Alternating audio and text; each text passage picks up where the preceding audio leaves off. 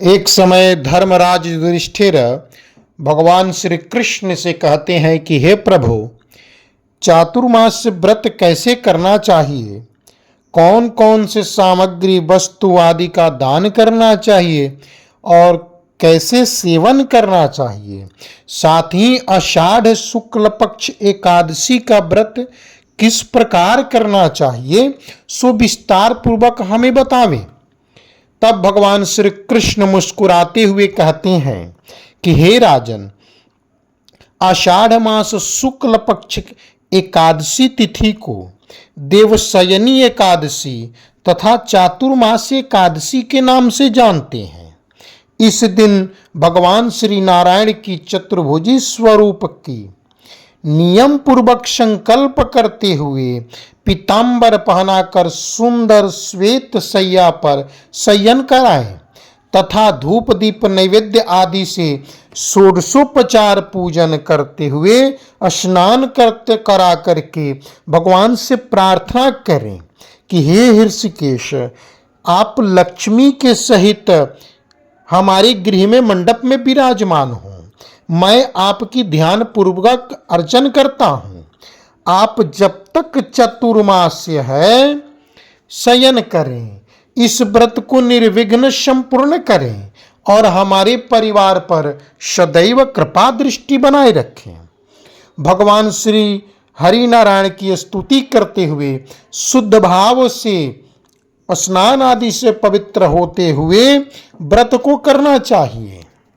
कथा श्रवण करते हुए रात्रि जागरण के पश्चात द्वादशी तिथि के दिन दान उपदान करते हुए व्रत का पारण करते हैं।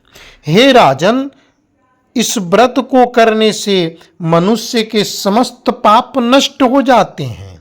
जो मनुष्य प्रतिवर्ष इस व्रत को करते हैं वो सूर्य जैसे दीप्तमान विमान पर बैठ करके श्री वैकुंठ को प्राप्त होते हैं। श्री कृष्ण कहते हैं कि हे धर्मराज, अब मैं आपको चतुर्मास की अलग अलग व्रत करने की और दान उपदान करने की विधियां बता रहा हूं। जो मनुष्य चातुर्मास में प्रतिदिन मंदिर में झाड़ू लगाते हैं, जल से धोते हैं, गोबर आदि से लिपते हैं और मंदिरों में रंग करते हैं, उनको सप्त जन्म तक विप्र जोनि की प्राप्ति होती है।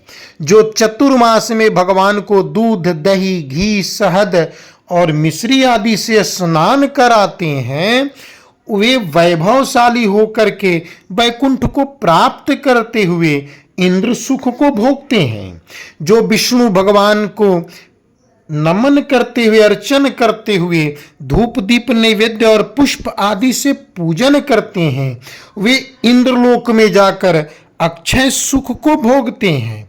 जो तुलसी पत्र से भगवान की पूजन करते हैं या तुलसी की दान करते हैं, वे परम गति को प्राप्ति होते हुए भगवान श्री परमानंद के अत्यंत प्रिय हो जाते हैं और वे जन्म जन्मांतर के लिए धनाढ्य हो जाते हैं।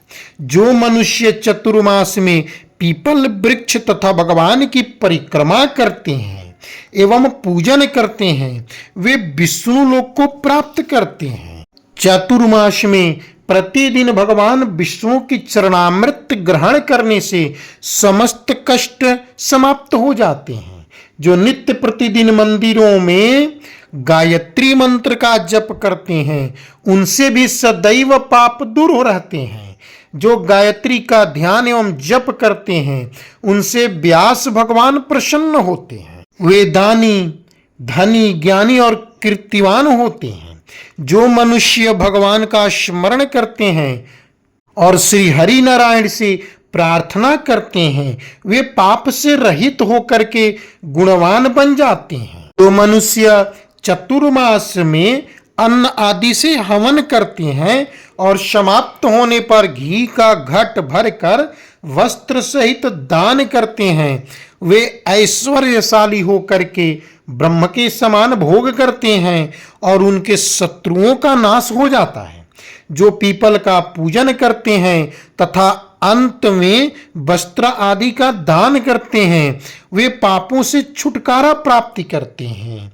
जो मनुष्य तुलसी जी को धारण करते हैं या तुलसी पत्र आदि दान करते हैं, भगवान विष्णु को अर्पण करते हैं, वे विष्णु लोक को प्राप्त करते हैं। चतुर्मास में भगवान को प्रतिदिन दुर्वा चढ़ाने से वैकुंठ लोक को प्राप्ति करते हैं तथा दुर्वा से प्रार्थना करते हैं कि तुम जिस भांति इस पृथ्वी पर शाखाओं सहित फैली हुई हो उसी प्रकार मुझे संतति प्रदान करो।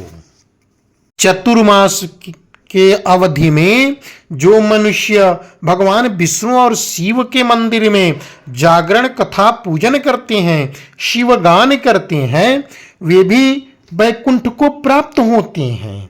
उत्तम ध्वनि वाला घंटा दान जो करता है और प्रार्थना करता है कि हे भगवान, हे जगतपते, आप पापों के नाश करने वाले हैं, आप मेरे करने योग्य कर्मों को तथा न करने योग्य पापों के करने से जो पाप उत्पन्न हुए हैं वे समस्त नष्ट कर दें।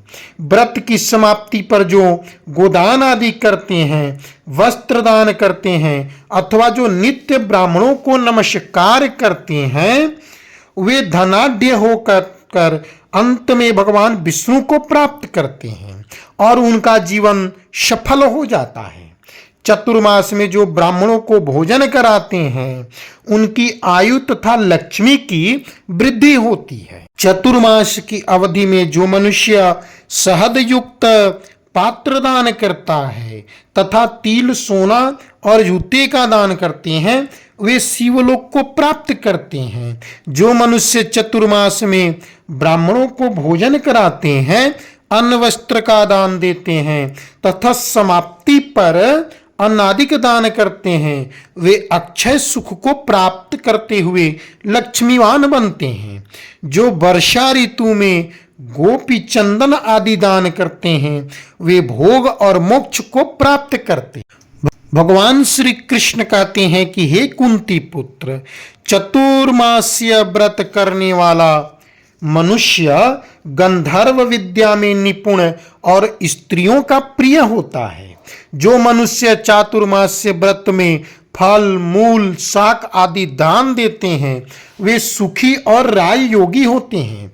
जो मनुष्य इस व्रत में प्रतिदिन सोंठ, मिर्च, पीपल, वस्त्र और दक्षिणा के सहित दान करते हैं, वे अंत में भगवान श्री नारायण के प्रिय होते हुए वैकुंठ को प्राप्त करते हैं। वे सौंदर्यशाली, निरोग, बुद्धिमान, भाग्यवान तथा सुंदर वाणी बोलने वाले बनते हैं। मनुष्य चातुर्मास्य अवधि में पार्वती मैया को प्रसन्न करते हैं तथा हल्दी का दान करते हुए भगवती पार्वती से प्रार्थना करते हैं। वे स्त्रियां अपने पति के साथ और पति अपनी पत्नी के साथ सुख भोगते हैं तथा सौभाग्य, सुपात्र संतान की प्राप्ति करते हैं। साथ ही वे देवताओं से पूजित भी होते हैं। जो शिव और पार्वती जी की प्रसन्नता के लिए ब्राह्मण, स्त्री या पुरुष का पूजन करते हैं, वस्त्र दान करते हैं और उद्यापन में शिव की प्रतिमा दान करते हैं, उन्हें संपत्ति और कीर्ति की प्राप्ति होती है। जो मनुष्य चतुर्मास्य अवधि में एक समय भोजन करते हैं और अंत में निराहार रहते हुए भूखे को भोजन कराते हैं, भक्ति पूर्वक भगवान की पूजन करते हैं, भगवान के शयन करने पर भूमि पर सोते हैं और मैथुन कमादि क्रिया नहीं करते हैं, वे यशस्वी लक्ष्मीवान होकर स्वर्ग में को जाते हैं।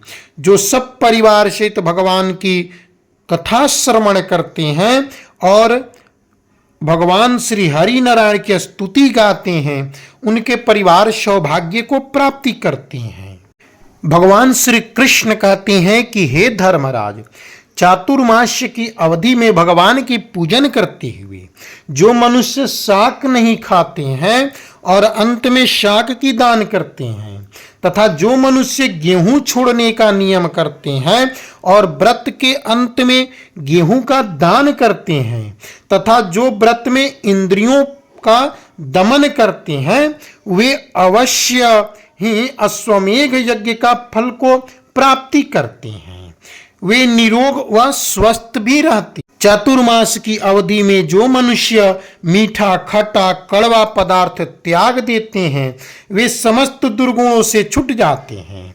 जो भगवान का स्मरण करते हैं तथा जो मनुष्य पुष्प आदि से भगवान की पूजन करते हैं वे स्वर्ग को प्राप्त करते हैं तथा जो चंद्रायण आदि व्रत करते हैं एकमात्र दूध का ही भोजन करते हैं वे ब्रह्मलोक को प्राप्त करते हैं तथा उनका वंश अनंत काल तक चिरंजीवी रहते हैं।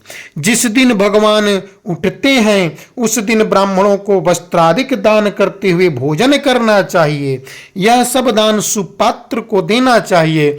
भगवान श्री नारायण की कृपा से समस्त पाप समाप्त हो जाते हैं और समस्त मनोकामनाएं परिपूर्ण हो जाती है। बोलिए श्री राधे कृष्ण भगवान की जय।